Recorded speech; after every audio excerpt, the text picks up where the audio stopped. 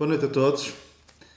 Vamos fazer o último estudo da nossa série de estudar homens que na Bíblia está registado que eles disseram esta palavra, pequei, em contextos diferentes, em situações diferentes, mas eles disseram isto.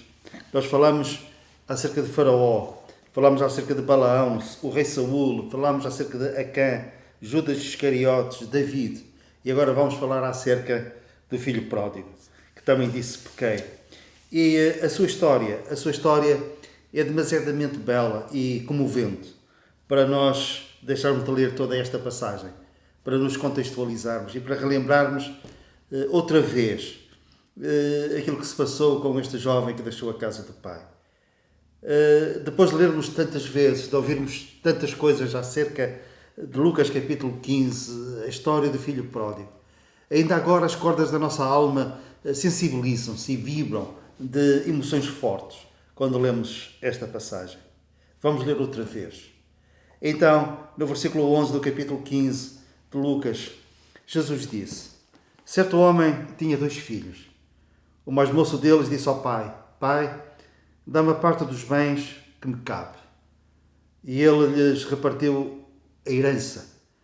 Passados não muitos dias, o filho mais moço, ajuntando tudo o que era seu, partiu por uma terra distante e lá dissipou todos os seus bens, vivendo dissolutamente. Depois de ter gasto tudo, sobreveio àquele país uma grande fome e ele começou a passar necessidade.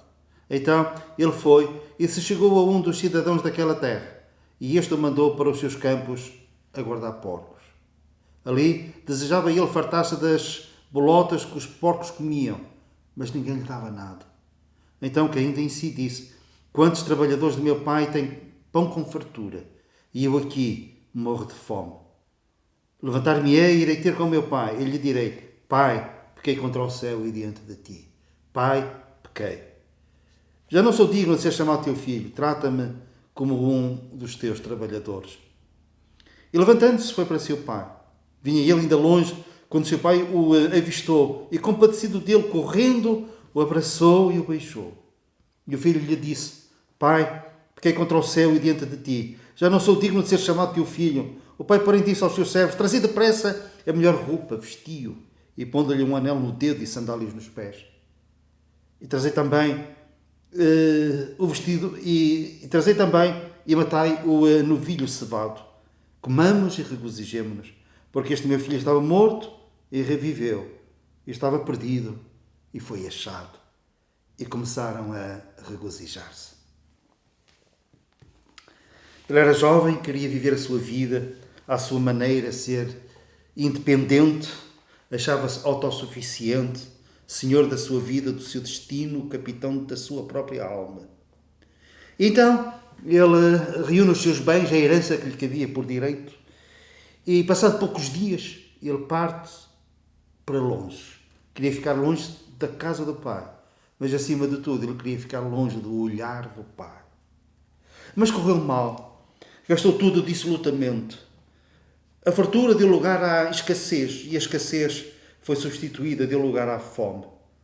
À medida que as festas diminuíam, porque não havia meios para celebrar, os amigos também iam se esfumando. Ele fica só, sem amigos, sem comida, coberta de andrajos, e junta-se, ele chega-se a um senhor que tinha uma vara de porcos e pediu para guardar os porcos. Era deplorável para um judeu fazer isto. Mas ele estava disposto a tudo. Tinha batido no fundo de um poço fundo. Mas nem as bolotas que os porcos comiam e se saciavam, ele tinha direito a elas. Este é o nosso retrato, com mais ou menos pormenores, com mais ou menos perdas. As perdas, muitas vezes, infelizmente, não são tão dramáticas assim. As consequências não são tão drásticas. Mas, na sua essência, o problema é o mesmo. Ele saiu da casa do pai. Quis viver a sua vida à sua maneira. Nós também, por escolha, por herança, por escolha, por autossuficiência, Tantas e tantas vezes nós queremos viver a nossa vida independentemente de Deus, não lhe prestar contas. Somos o capitão da nossa alma. E a necessidade é comum.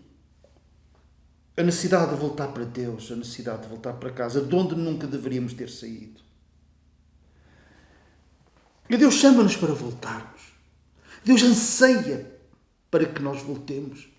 Se Deus sonhasse o sonho dele, em relação a cada pessoa, era sonhar com o regresso a casa de cada um de nós. Ele chama-nos através da dor, que Ele quer que nós regressemos. Ele chama-nos através da tristeza, muitas vezes. Também através da alegria e das vitórias, menos vezes. Porque nós, com as nossas vitórias e as nossas alegrias, ficamos inebriados com elas. E nós damos a nós próprios o mérito dessas conquistas. Mas, acima de tudo, Ele chama-nos através do Evangelho. E o que é que nos diz? Que é um Deus como nosso sinal. Quando nós damos uns passos, mesmo tímidos, em direção a Ele, Ele faz aquilo que este pai também fez em relação ao seu filho. Ele viu ao longe. E viu ao longe porquê? Porque todos os dias, a toda a hora, ele ia à varanda da casa e olhava até onde os seus olhos enxergavam, a ver se via qualquer sinal de alguém que aparecesse lá no fundo, lá no horizonte longínquo. E com certeza que mesmo ao longe ele reconhecia que seria o seu filho que voltava. Assim o Senhor também. Ele espera ansiosamente que nós voltemos. E quando nós damos uns passos em direção a Ele, Ele corre para nós. Se este Pai é a figura de Deus e então é a primeira vez que nós vemos Deus a correr. E única vez. Deus não tem pressa, a não ser quando corre para o pecador que vem em direção a Ele, que vem em direção à casa do Pai. O Pai poderia, pura e simplesmente, esperar por Ele, que Ele voltasse. Que Ele chegasse a casa, melhor direi, braços cruzados, olhar carrancudo, olhar duro para Ele. Mas não. Ele corre, sendo já um ancião, mesmo assim Ele corre. Tal a avidez, tal a ânsia de abraçar o filho. Voltemos ao filho. O que é que o faz voltar? Foi a necessidade, sim, foi a necessidade. E muitas vezes o Senhor permite que a necessidade venha. A necessidade de paz. A necessidade de ter um propósito. A convicção que o Espírito de Deus se move sobre a nossa alma, sobre o nosso espírito. Focando e vincando essa necessidade. E dizer-nos que é um caminho de volta. O Evangelho, acima de tudo, entre outras coisas maravilhosas, é dizer que é um caminho para Deus, que nós podemos voltar para Ele. E o que faz voltar este filho é também saber uma coisa: na casa de meu pai há abundância de pão. Outra versão diz há fartura de pão. Outra diz há pão de sobra. Há pão de sobra. Ele queria apenas pão e um teto para se abrigar, ser tratado como um jornaleiro. Mas não houve só pão para ele, houve pão de sobra. Ele sabia que havia pão de sobra. Assim também, o Senhor, em relação ao pecador que volta, há pão para alimentar a alma e há pão de sobra. Pensemos, por exemplo, na sua misericórdia. A sua misericórdia é Ele não nos tratar como nós merecemos. E Ele diz que é riquíssima em misericórdia. Não somente Ele é rico, não somente Ele tem suficiência de misericórdia para nós, mas tem misericórdia de sobra. Ele tem graça de sobra. Onde abundou o nosso pecado, superabundou a graça de Deus. Isto é, a graça de Deus, Ele dar-nos aquilo que nós não merecemos. É pão de sobra. É graça superabundante em relação ao nosso pecado, mesmo que este seja abundante. E acima de tudo, há amor de sobra.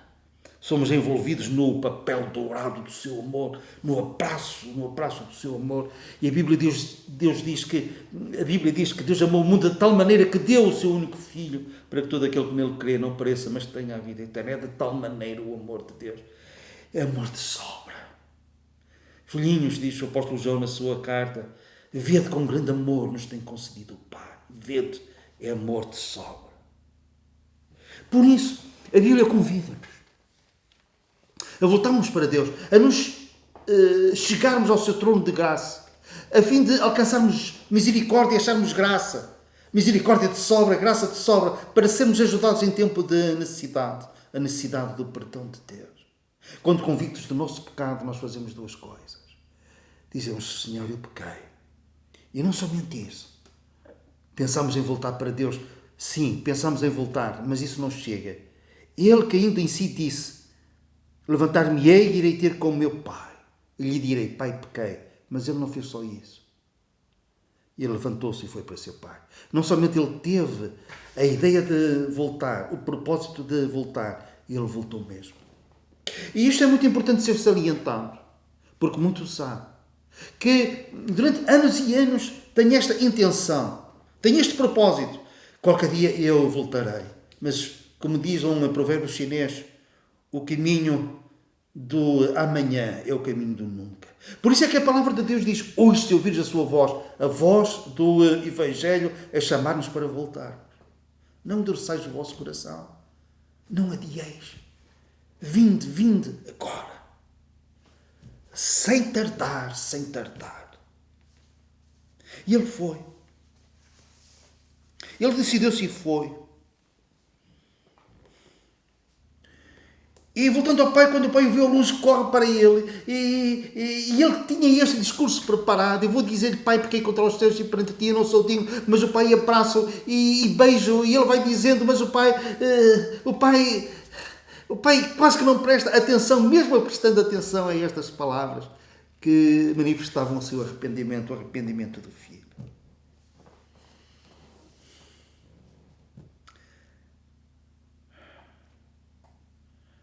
Ele amou-nos primeiro. E fez festa quando o filho voltou. Vestidos novos, sandálias nos pés, anel no dedo. E fez uma festa. Uma festa, muito provavelmente, como nunca tinha feito naquela casa. Ele mandou matar o novilho cevado. Aquele que ele tinha guardado com esse propósito. Porque lá dentro havia o desejo, a expectativa do filho voltar. E ele pensava, olhando para aquele novilho: quando ele voltar, eu vou fazer festa, vou fazer um banquete como nunca foi feito nesta casa. Se tu voltares, a alegria de Deus será tão grande que a Bíblia diz: quando um pecador arrependido volta, que há festa no céu. Celebração, comemoração do facto.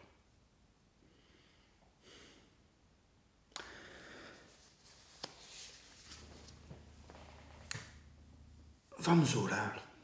E a nossa oração vai ser direcionada para aqueles que estão numa ou noutra necessidade, chamados pela dor, pela alegria também. São muito menos que são chamados assim, conforme nós já referenciamos, chamados pelo Evangelho. Ontem e hoje, numa campanha de evangelização, eu tive a oportunidade de evangelizar algumas pessoas e orar com elas. E eu disse-lhes: acima de tudo, é o Evangelho de nosso Senhor Jesus Cristo que chama por ti. Este Evangelho de boas notícias para nos trazer de volta. Com a certeza de que, se voltarmos, seremos aceitos. Se voltarmos com o coração contrito e arrependido, dizendo: Pai, pequei contra os céus e perante ti. Tu podes voltar hoje. Tu podes voltar agora. Vamos orar. Pai, damos-te graças por este Evangelho glorioso. Por este Evangelho que ainda continua chamando o pecador a voltar para casa, a voltar para ti. As condições que tu impões, Senhor, são que haja um arrependimento verdadeiro. E associado a esse arrependimento, o desejo de voltar a casa, estar na tua dependência, Senhor, sob o teu olhar. Sermos direcionados por ti. E tu dizes que se nós voltarmos, que as nossas expectativas serão ultrapassadas, Senhor. Às vezes pensamos que tu, Senhor, tens menos para dar do que aquilo que nós vamos perder. Mas tu tens muito mais abundantemente além daquilo que nós pedimos ou pensamos. Senhor, que alguém que esteja a ver e ouvir este vídeo, agora mesmo, possa voltar para ti. Dizer, Senhor, eu quero voltar para casa. Quero que tu sejas o capitão da minha alma, o Senhor da minha vida, o Salvador. Aquele Salvador que se deu por mim na cruz do Calvário, derramando o seu sangue para me purificar de todo pecado. Eu estou grato. Mesmo que nós pensemos que seremos feitos apenas jornaleiros, Ele vai nos fazer de filhos. E o filho depois ficará para sempre em casa. Senhor, o teu abraço de perdão. Necessito desse abraço de perdão. E a alegria do teu regresso. Que o Senhor abençoe a tua vida. Salva a tua alma. Te traga de volta. Em nome do Senhor Jesus.